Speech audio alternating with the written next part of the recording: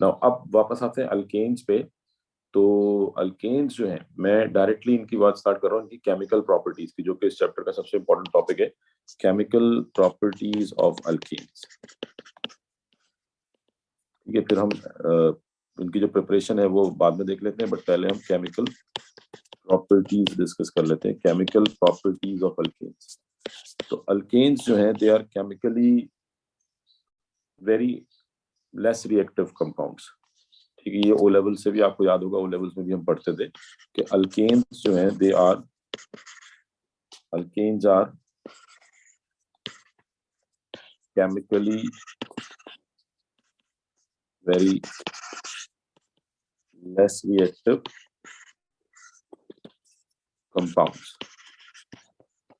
ठीक है, ये इतनी आसानी से रिएक्शंस में इन्वॉल्व नहीं होते, और उसकी वजह क्या है? ये वादों का पेपर में क्वेश्चन आ जाता है कि जी explain why alkanes are chemically less reactive. तो व्हाट आर द रीजंस?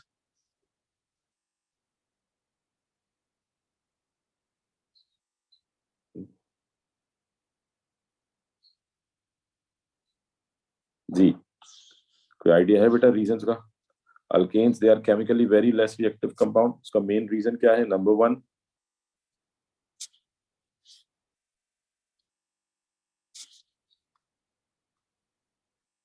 कि अल्केन्स में जितने भी बॉन्ड्स हैं, they are alkanes are saturated, और we can simply say that they have strong sigma bonds. Sigma bond जो है, सिग्मा और पाई बॉन्ड का डिफरेंस समझती है ना बेटा? ठीक है ना? तो सिग्मा बॉन्ड्स क्योंकि फेस टू फेस ओवरलैप से बनते हैं, तो मैक्सिमम ओवरलैप होता है, स्ट्रॉन्ग बॉन्ड होता है। तो in case of alkanes all the bonds are sigma bonds which are difficult to break. तो alkanes are chemically very less reactive compound, number one reason, due as they are fully saturated strong sigma bonds which are difficult to break। एक तो ये reason हो गया कि strong sigma bonds हैं which are difficult to break, and number two, they are non-polar nature। Alkanes although इसमें bonds polar होते हैं, जैसे CH4 है, CH4 के केस में कार्बन हाइड्रोजन 4 बॉन्ड्स आ जाते हैं। ठीक है, ये टेट्राहीड्रल अरेंजमेंट है। तो ये जो बॉन्ड्स हैं, ठीक है, अगर मैं बॉन्ड्स की बात करूं तो this CH bond is polar, this CH bond is polar, ये भी पोलर है, स्लाइटली पोलर है, इलेक्ट्रोनेगेटिविटी का बहुत ज्यादा कोई डिफरेंस नहीं है। बट क्योंकि डाइपोल मोमेंट वेक्टर क्वांटिटी है, तो the dipole generated here is cancelled out by this one, and the dipole generated here is cancelled out by this one.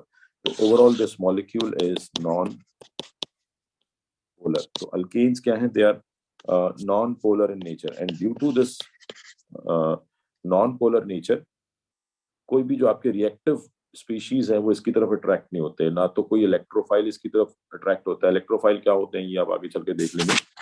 ना कोई न्यूक्लियोफाइल इसकी तरफ अट्रैक्ट होता है, ना कोई ऑक्सीडाइजिंग एजेंट इसकी तरफ आता है, ना रिड्यूसिंग एजेंट आता है। तो they are non polar in nature, मतलब they are completely non reactive. ठीक है, लेस अट्रैक्टिव, इनमें कोई अट्रैक्शन नहीं है, इनकी तरफ कोई पार्टिकल आता नहीं है। ठीक है, तो they are very less attractive for any reactive species. ठीक है, तो दो रीजंस हैं जिसकी वजह से अल्केन्स जो है कि केमिकल प्रॉपर्टीज या ये केमिकली ऑलमोस्ट इनर्ट होते हैं। उसका मेन रीजन क्या हो गया? Number one, strong sigma bonds which are difficult to break, and number two, they are non polar nature. ठीक है, तो ये किसी को भी अपनी तरफ अट्रैक्ट करने में कामयाब नहीं होते, they are non polar in nature. अच्छा, बट स्टिल कुछ रिएक्शंस हैं इनके, जिनमें दो मेजर रिएक्शंस हमने डिस्कस करने हैं। नंबर वन, कंबस्शन, जो कि आप ओ लेवल्स में भी पढ़ के आए हैं, and number to, substitution reaction. Although ये भी आपने ओ लेवल्स में पढ़ा है, बट अब हम इसका मैकेनिज्म भी डिस्कस करेंगे। सब्स्टिट्यूशन रिएक्शन, ठीक है, कंबस्शन एंड सब्स्टिट्यूशन। चलो जी, यहां तक बात क्लियर है? इसमें कोई कंफ्यूजन, कुछ पूछना हो यहाँ तक? तो कंबस्शन रिएक्शंस आप ऑलरेडी ओ लेवल से पढ़ के आए हैं, आपको आइडिया है कंबस्शन रिएक्शंस क्या होते हैं। Those chemical reactions in which a substance burns in oxygen, ठीक है, in the presence of air, मतलब एयर में मौजूद ऑक्सीजन के साथ रिएक्शन होगा और ऑक्सीडाइज्ड प्रोडक्ट बनेंगी प्लस एनर्जी रिलीज होगी। तो लेट्स सपोज अल्केन्स की कंबस्शन में क्या है कि when an alkane reacts with oxygen, it gives carbon dioxide plus water. ठीक है. Now this is when alkane combusts completely. यानी ये जो रिएक्शन हमने लिखा है, these are the products of complete combustion. These are the products of complete combustion. ठीक है, ये complete combustion की products हैं. So when alkane combust, और complete combustion कब होती है? Condition क्या है complete combustion की? When we have oxygen present in excess amount. Oxygen present in, if oxygen is present in excess amount, then जो आपका alkane है, it will combust completely and we get carbon dioxide. Carbon dioxide जो है ये बनेगी plus water. But यही alkane अगर in the, याद करेंगे, insufficient oxygen में combust होता है. ठीक है, तो incomplete combustion में क्या होगा? If alkane reacts with oxygen, ठीक है, and we get carbon monoxide or carbon monoxide or carbon plus water, so that means this is incomplete combustion. Now these are the products of incomplete combustion, and it occurs when we have oxygen present in insufficient amount. ठीक है, तो अगर oxygen का amount जो है वो insufficient है, if the oxygen जितनी required है उससे कम है, insufficient amount है, so then that means incomplete combustion होगी, and the product of incomplete combustion are carbon monoxide or carbon, depending on कि कितनी ऑक्सीजन अल्केन को मिल रही है. ठीक है, तो आई थिंक ये रिएक्शन तो आपको याद होंगे, ओ लेवल से पढ़ती आ रही हैं. तो लेट्स सपोज अगर मैं कहता हूँ कि जी combustion of ethane C2H6 reacts with oxygen, so we get carbon dioxide plus water. ठीक है, ये कंप्लीट कंबशन है, और इसको बैलेंस करें तो 2 moles of carbon, so we get 2 carbon, hydrogen 6, 3, 2 2s are 4, 4 plus 3 7, so we have 7 oxygen atoms, so that means 7/2 और 3.5. ठीक है, तो ये आपने इक्वेशन को बैलेंस कर लिया. क्लियर है बेटा ये बात? इसमें कोई कंफ्यूजन कंबशन में?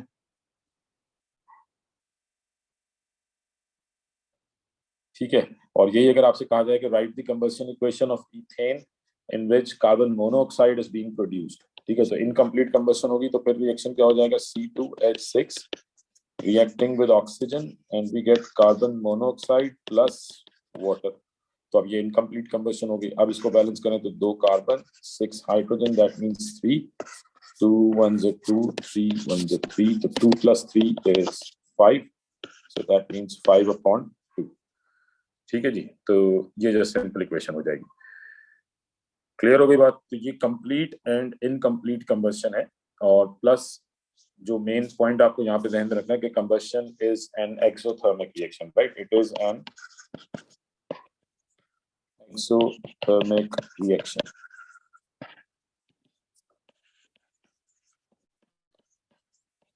ठीक है, ये क्या है? It is an exothermic reaction, और energy would be released, huge amount of energy would be released which is utilized for generating energy purpose. ठीक है, तो it is an exothermic reaction. तो combustion engines में आप heat energy produce करते हैं, जो भी fuel burn होगा heat energy बनेगी, then that heat energy would be converted into mechanical energy. अच्छा, ये तो just simple reaction हो गया, combustion reaction. Now the second reaction which is very important, substitution reaction.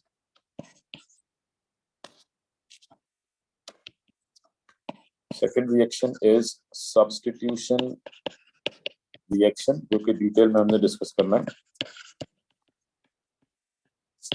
ठीक है, substitution reaction which is also known as halogenation of alkane, also known as, अब अगर मैं इसके डिफरेंट नाम लिखूं तो this is known as halogenation of alkanes, और क्लोरीनेशन कह दें या ब्रोमिनेशन कह दें, also known as displacement reaction, substitution और displacement reaction.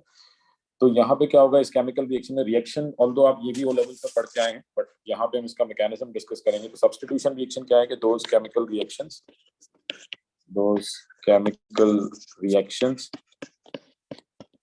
in which an alkane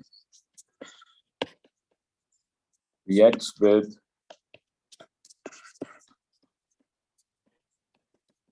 halogen in the presence of sunlight. ठीक है, और अल्ट्रा वायलेट रेडिएशंस। प्रॉपर अगर हम बात करें तो ज्यादा बेहतर है कि आप इसको लिखें कि those chemical reactions in which an alkane reacts with halogen in the presence of ultra violet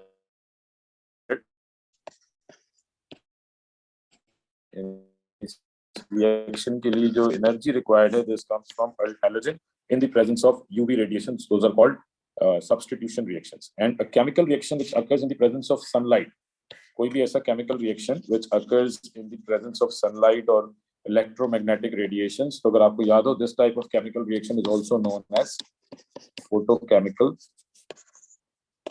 reaction. So we can just simply say that halogenation of alkanes is an example of photochemical reaction. ये photochemical reaction है, ठीक है, जिसमें alkanes जो हैं they will react with halogen and one or more hydrogens would be replaced. अब reaction में क्या होगा? One or more hydrogens will be replaced. One or more hydrogens will be replaced by halogens. ठीक है, तो अब सिंपल रिएक्शन क्या है, पहले जरा रिएक्शन देख लेते हैं। जस्ट जो हम ओ लेवल्स में जैसे लिखते थे पहले, तो वही डिस्कस कर लेते हैं। लेट्स सपोज हमारे पास ये मीथेन है, CH4 reacts with halogen, let's say chlorine. ठीक है जी, so chlorine will react with methane in the presence of ultraviolet radiations. What would happen here,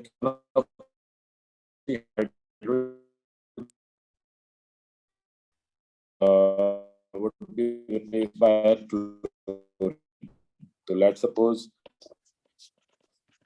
CH3 and instead of that hydrogen now we have Cl plus। जो hydrogen यहाँ से replace होगा, ये hydrogen combine हो जाएगा Cl के साथ, तो we get HCl। ठीक है, सो मॉलिक्यूलर फॉर्म में अगर रिएक्शन को लिखा जाए तो मॉलिक्यूलर फॉर्म में क्या बन जाएगा, this is CH4 reacting with Cl2 in the presence of UV light and we get CH3Cl plus HCl। तो ये जो रिएक्शन है this is called substitution reaction. तो यहाँ पे जो प्रोडक्ट आपको मिल रही है this CH3Cl, this is known as chloromethane. ये क्या कहलाएगा, ये हैलोजिनो अल्केन है, आगे चल के इनकी पूरी नेमिंग आएगी, बट फिलहाल जस्ट आप इसका नाम नोट कर लें, दिस इज क्लोरोमीथेन। ठीक है जी, ये क्या कहलाएगा, क्लोरोमीथेन कहलाएगा। हाँ जी, क्लियर है ये, इसमें कोई कंफ्यूजन?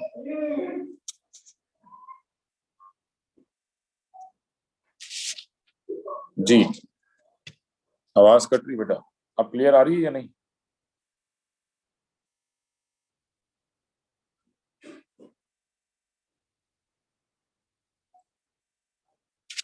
ठीक है, अच्छा ये रिएक्शन क्लियर हो गया, इसमें कोई confusion?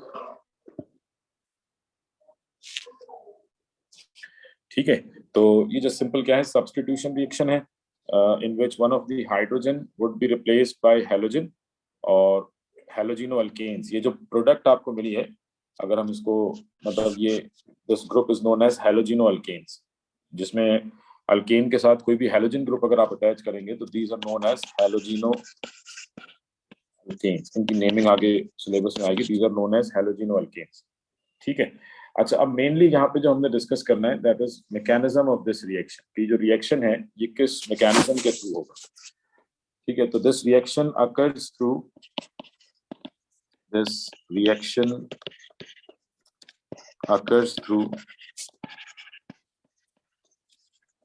free radical reaction mechanism।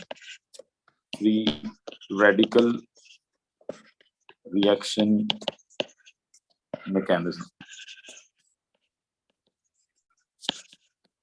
This reaction occurs through free radical reaction mechanism। free radicals आपको याद होगा लास्ट टाइम हमने क्लास में डिस्कस किए थे। free radicals क्या होते हैं, particles or species which have an unpaired electron available। so ये जो रिएक्शन है, this reaction occurs through free radical mechanism।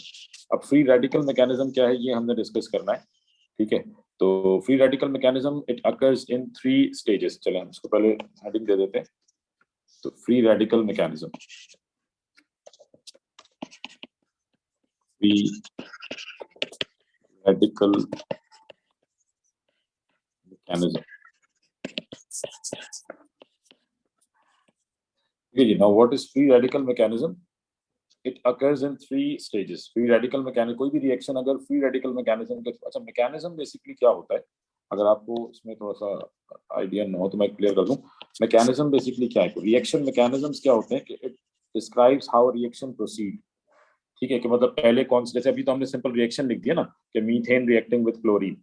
अब मैकेनिज्म जो है ये बताएगा कि मतलब रिएक्शन स्टार्ट कैसे हुआ है, पहले कौन सा बॉन्ड टूटा है, फिर उसने किस पे अटैक किया है, तो फिर ये सारा जो प्रोसेस होता है, यानी आप रिएक्शन को ब्रेक करके स्टेप्स में डिफाइन करते हैं, तो दैट इज कॉल्ड मैकेनिज्म। तो हम कह रहे हैं कि ये जो अल्केन्स के रिएक्शन है with halogens, these occur through free radical mechanism. And if a reaction occurs through free radical mechanism, that means it would occur in 3 stages. 3 stages में होगा। ठीक है, तो free radical mechanism it occurs in 3 stages. कोई भी reaction अगर free radical mechanism के through हो रहा है तो मतलब कितने स्टेजेस में होगा? 3। पहला स्टेप क्या है? Initiation. Initiation is formation of free radical. तो पहले स्टेप में क्या होता है? Initiation, which is formation of free radical. तो पहले स्टेप में फ्री रेडिकल्स बनते हैं, initiation. Then second step is propagation.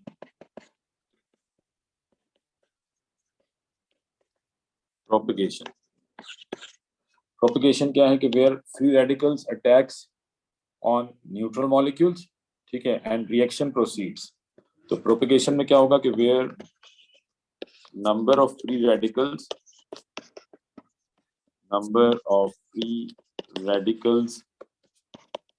increases, where number of free radicals increases and these free radicals, अच्छा जी, तो propagation where number of free radicals increases and these free radicals acts on reactants and convert them into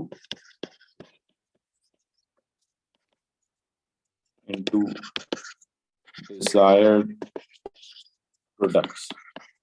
basic मतलब इन actual जो products आपको मिलती हैं वो propagation में मिलती हैं। तो प्रोपगेशन में क्या होगा कि where number of free radicals increases, free radicals के नंबर्स बढ़ते हैं, and these free radicals will attack on reactants, ये रिएक्टेंट्स पे अटैक करेंगे और इनको कन्वर्ट करेंगे किसमें? प्रोडक्ट्स में। ये कैसे अभी हम मैकेनिज्म में देख लेंगे।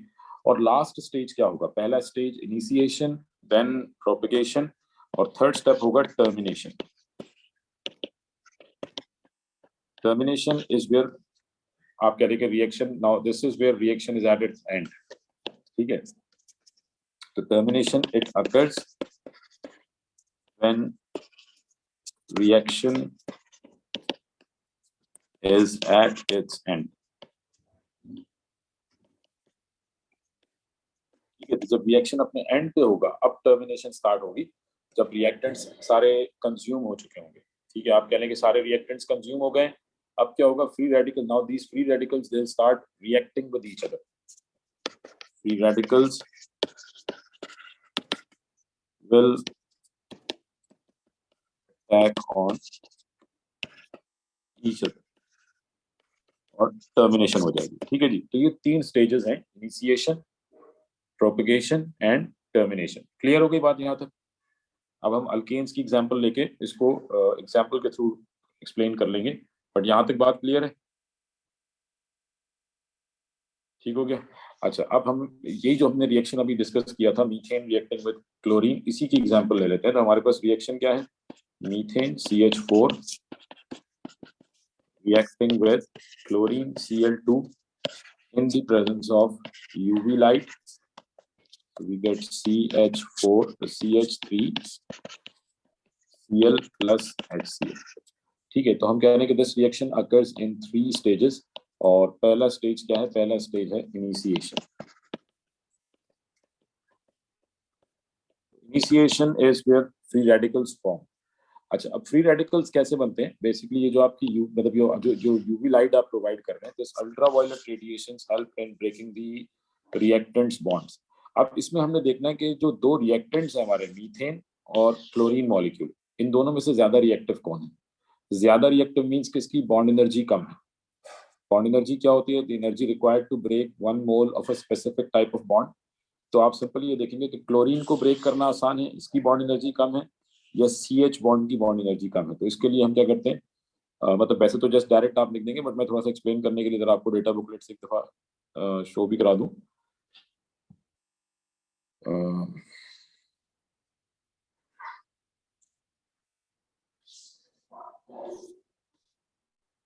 अच्छा, अब देखें ये बॉन्ड एनर्जीज हैं। इसमें अगर आप देखें तो CH बॉन्ड की बॉन्ड एनर्जी कितनी है? 410 किलो जूल्स पर मोल। ठीक है, तो the energy required to break 1 mole of CH bond is 410।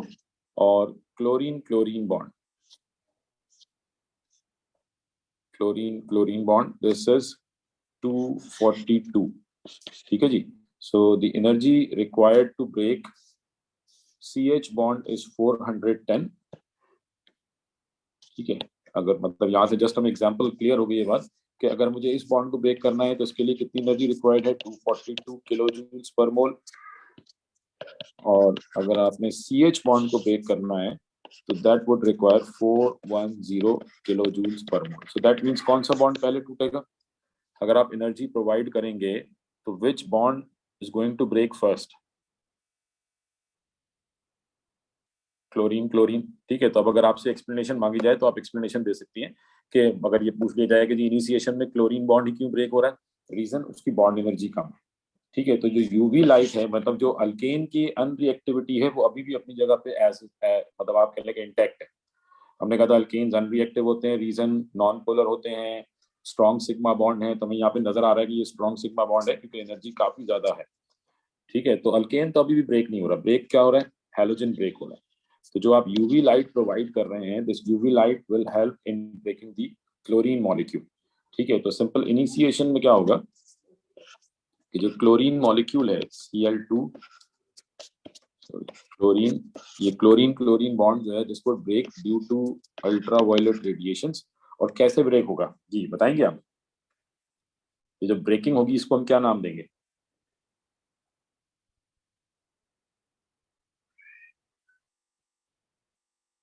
Homolytic fission. ठीक है, क्योंकि ये नॉन पोलर मॉलिक्यूल है, दोनों क्लोरीन के दरमियान एक एक इलेक्ट्रॉन शेयर हो रहा है, तो both the chlorine atoms will take back their electron. ठीक है, तो in initiation what happens? Homolytic fission occurs. Homolytic fission occurs, both chlorine atoms take back their electron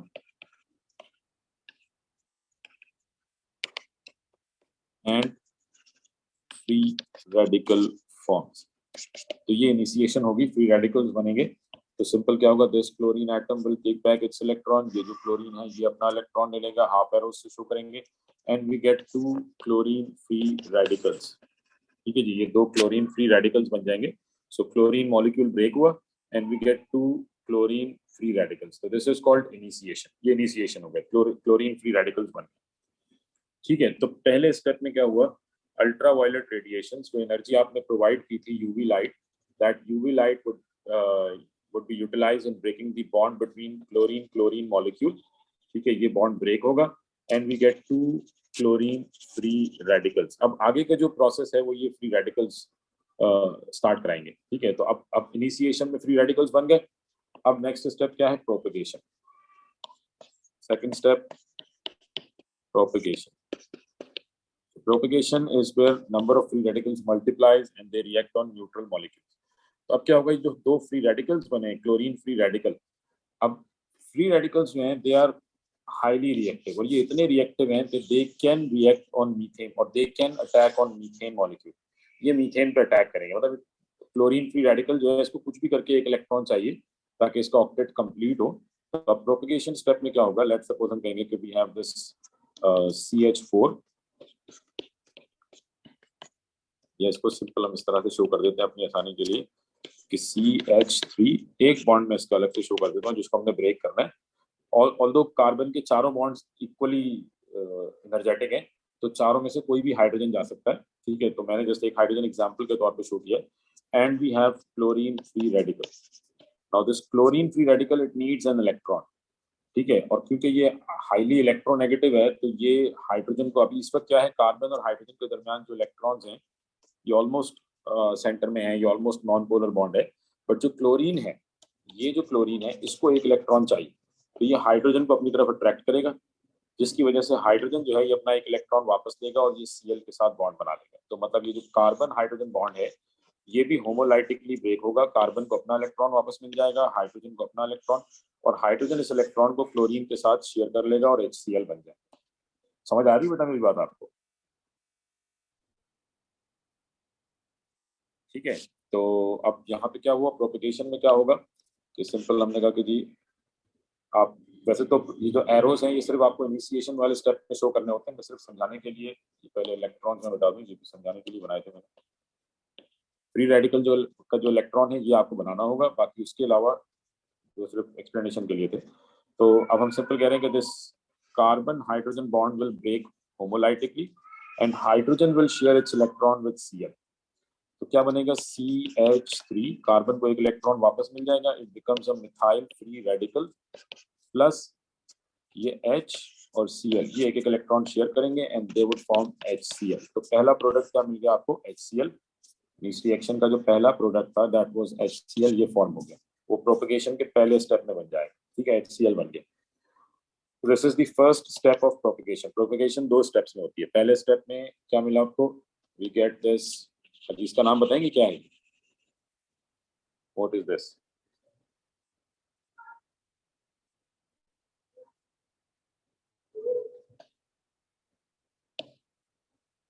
methyl free radical. ठीक है, methyl, बिल्कुल ठीक है, methyl, this is methyl free radical. ठीक है, और HCl बन गया। तो अब पहले स्टेप में, now this methyl free radical again this is highly reactive. ठीक है, this is also highly reactive. तो अब ये जो मिथाइल फ्री रेडिकल है it attacks on another chlorine molecule. ठीक है, methyl free radical, the methyl free radical CH3 forms in first step of propagation, attacks on another chlorine molecule, breaks it homolytically and generate a new chlorine free radical। ठीक है, तो अब यहाँ पे क्या होगा कि जो मिथाइल फ्री रेडिकल बना है, this methyl free radical it further attacks on, ये जो मिथाइल फ्री रेडिकल है ये एक और क्लोरीन मॉलिक्यूल पर अटैक करेगा। ठीक है, और यहाँ भी बॉन्ड होमोलाइटिकली ब्रेक होगा। One of the chlorine will share its electron with methyl, so this would become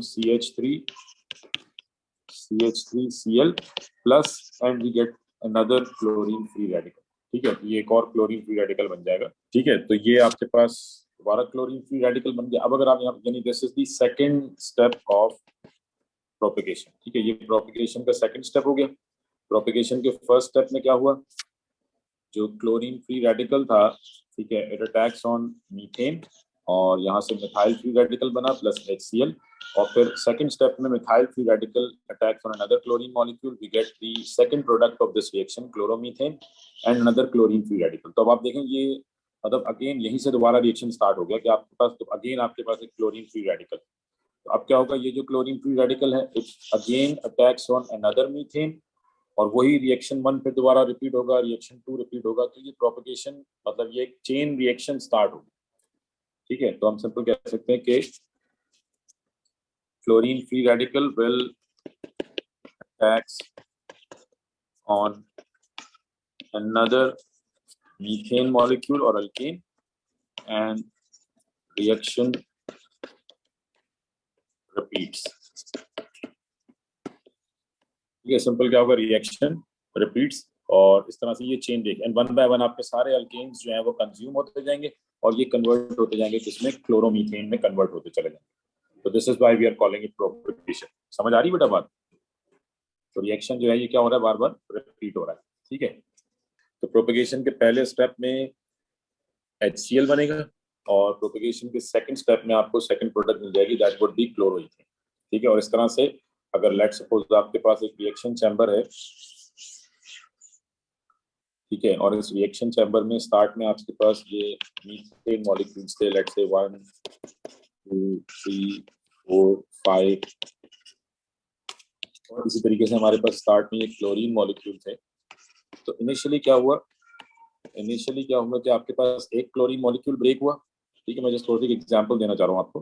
तो ये क्लोरीन मॉलिक्यूल ब्रेक हुआ किसमें? क्लोरीन फ्री रेडिकल्स में। अब इस क्लोरीन, इनमें से एक क्लोरीन फ्री रेडिकल ने अटैक किया मीथेन के ऊपर, और ये जो मीथेन है ये ब्रेक हो गया किसके अंदर? It breaks into CH3Cl plus और साथ में HCl बन गया। ठीक है, और इस पूरे प्रोसेस में एक और क्लोरीन फ्री रेडिकल बनेगा जो कि अगेन एक और मीथेन के ऊपर अटैक करेगा। तो इस तरह से ये रिएक्शन आगे कंटिन्यूअसली चलता रहेगा। ठीक है, तो एक एक करके आपके जितने भी मीथेन है, मतलब हर रिएक्शन के एंड पर आपके पास एक क्लोरीन फ्री रेडिकल होगा जो कि दोबारा अटैक करेगा मीथेन पे, उसको कन्वर्ट करेगा मिथाइल फ्री रेडिकल में, मिथाइल फ्री रेडिकल अटैक करेगा क्लोरीन मॉलिक्यूल पे, क्लोरोमीथेन बनेगा, and one by one all these methane would be consumed, and और आप लास्ट स्टेज पे आ जाएंगे, दैट वुड बी टर्मिनेशन। तो ये मीथेन और क्लोरीन जो है ये कंज्यूम होते जाएंगे और लास्ट में आपके पास सिर्फ फ्री रेडिकल्स बचेंगे और फिर टर्मिनेशन स्टार्ट होगी। तो लास्ट स्टेज क्या होगा? टर्मिनेशन। यहाँ तक क्लियर है बेटा? इसमें कोई क्वेश्चन? ठीक है, तो टर्मिनेशन क्या है कि व्हेन फ्री रेडिकल्स, जब वन बाय वन सारे अल्केन्स और हैलोजेंस रिएक्ट कर गए, क्लोरोमीथेन बन गया या ऑलमोस्ट कंप्लीट हो गए, ठीक है, तो अब टर्मिनेशन होगी। तो this is where free radicals collide with each other.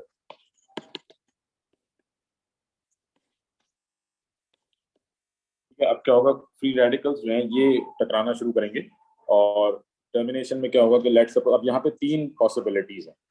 One of the possibilities कि chlorine free radicals collide with chlorine free radical and we get chlorine molecule, or methyl free radical reacts with chlorine free radical and we get CH3Cl, और तीसरा option क्या हो सकता है? Methyl free radical और methyl free radical ये आपस में रिएक्ट करें and we gate C2H6 methane.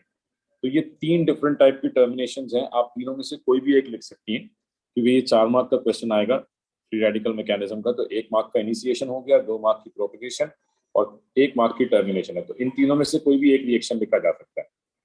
समझ आ रही बात? तो या तो आप ये रिएक्शन लिख दें या ये रिएक्शन लिख दें या ये रिएक्शन लिख दें। और बाद का क्वेश्चन ऐसे भी आ जाता है कि right the termination reaction for the formation of chloromethane, तो फिर आप यही लिखेंगे, और for the formation of ethane तो फिर आप यही रिएक्शन लिखेंगे। तो ये टर्मिनेशन है। तो इस तरह से 3 स्टेप्स में टर्मिनेशन जो है ये कंप्लीट हो जाती है।